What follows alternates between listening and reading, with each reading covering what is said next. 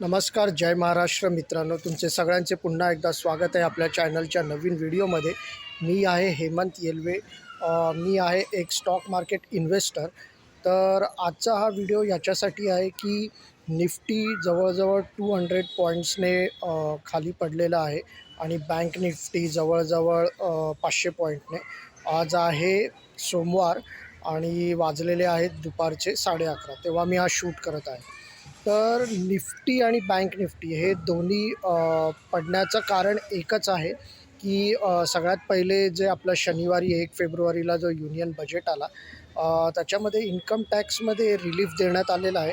परंतु जे कॅपेक्स होतं, जे मॅन्युफॅक्चरिंग युनिटसाठी किंवा बिझनेससाठी जे कॅपिटल एक्सपेंडिचर होतं, कॅपेक्स होतं, ते थोडंसं कमी करण्यात आलं आहे. मागच्या फायनान्शियल इयरला 11,18,000 कोटीचं पॅकेज दिलेलं, कॅपेक्स केलेलं मॅन्युफॅक्चरिंग आणि इंडस्ट्रीजसाठी.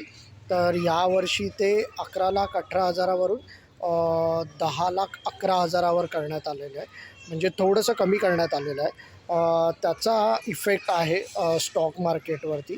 आणि सेकंड 1 फेब्रुवारी म्हणजेच परवा मिस्टर डोनाल्ड ट्रम्प, जे USA चे प्रेसिडेंट आहेत, त्यांनी मॅक्सिको आणि कॅनडा यांच्याकडनं जो इम्पोर्ट होतो त्याच्यावरती 25% टॅरिफ लावलं आहे आणि चायनावरती 10% इम्पोर्ट ड्युटी लावली. तर याच्यामुळे आता मे बी कॅनडा आणि मॅक्सिको आणि मे बी चायना पण USA इम्पोर्टवरती त्यांच्या कंट्रीमध्ये टॅरिफ किंवा ड्युटी लावू शकतात. तर ओव्हरऑल काय झालं आहे की इंटरनॅशनल ट्रेडवरती प्रेशर आलेलं आहे, इम्पोर्ट एक्सपोर्टवरती. तर त्याचा पण हा मार्केटवरती एक निगेटिव्ह इम्पॅक्ट आहे. त्यामुळे निफ्टी जवळजवळ 200 पॉईंट आणि बँक निफ्टी जवळजवळ 500 पॉईंट खाली पडलेलं आहे. बट घाबरण्याचं काही कारण नाही. हा शॉर्ट टर्म इम्पॅक्ट आहे.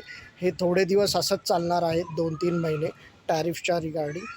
बट घाबरण्याचं कारण नाही. हा चांगला एक प्रकारची अपॉर्च्युनिटी आहे.